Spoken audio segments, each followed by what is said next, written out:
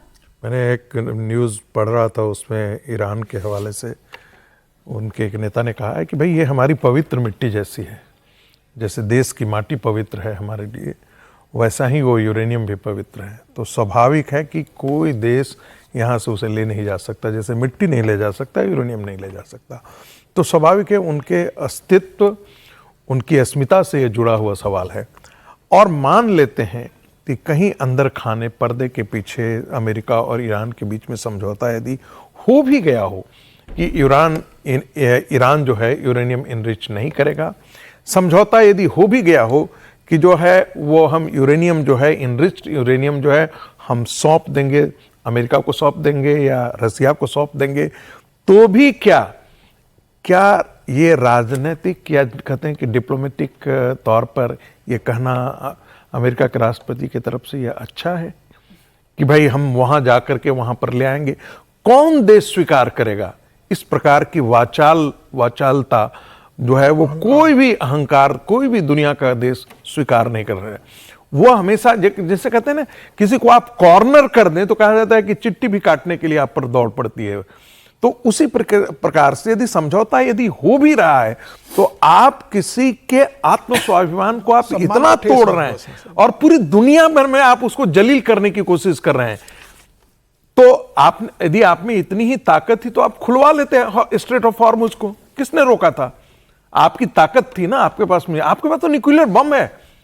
Trump रोज इतना अपमानित हो रहे हैं, चला देते बम, गिरा देते, खत्म कर देते। बोल रहे उन्होंने कहा था हम स्टोन एज में बदल देंगे, तो बदल देते स्टोन एज में। किसने रोका था आपके पास?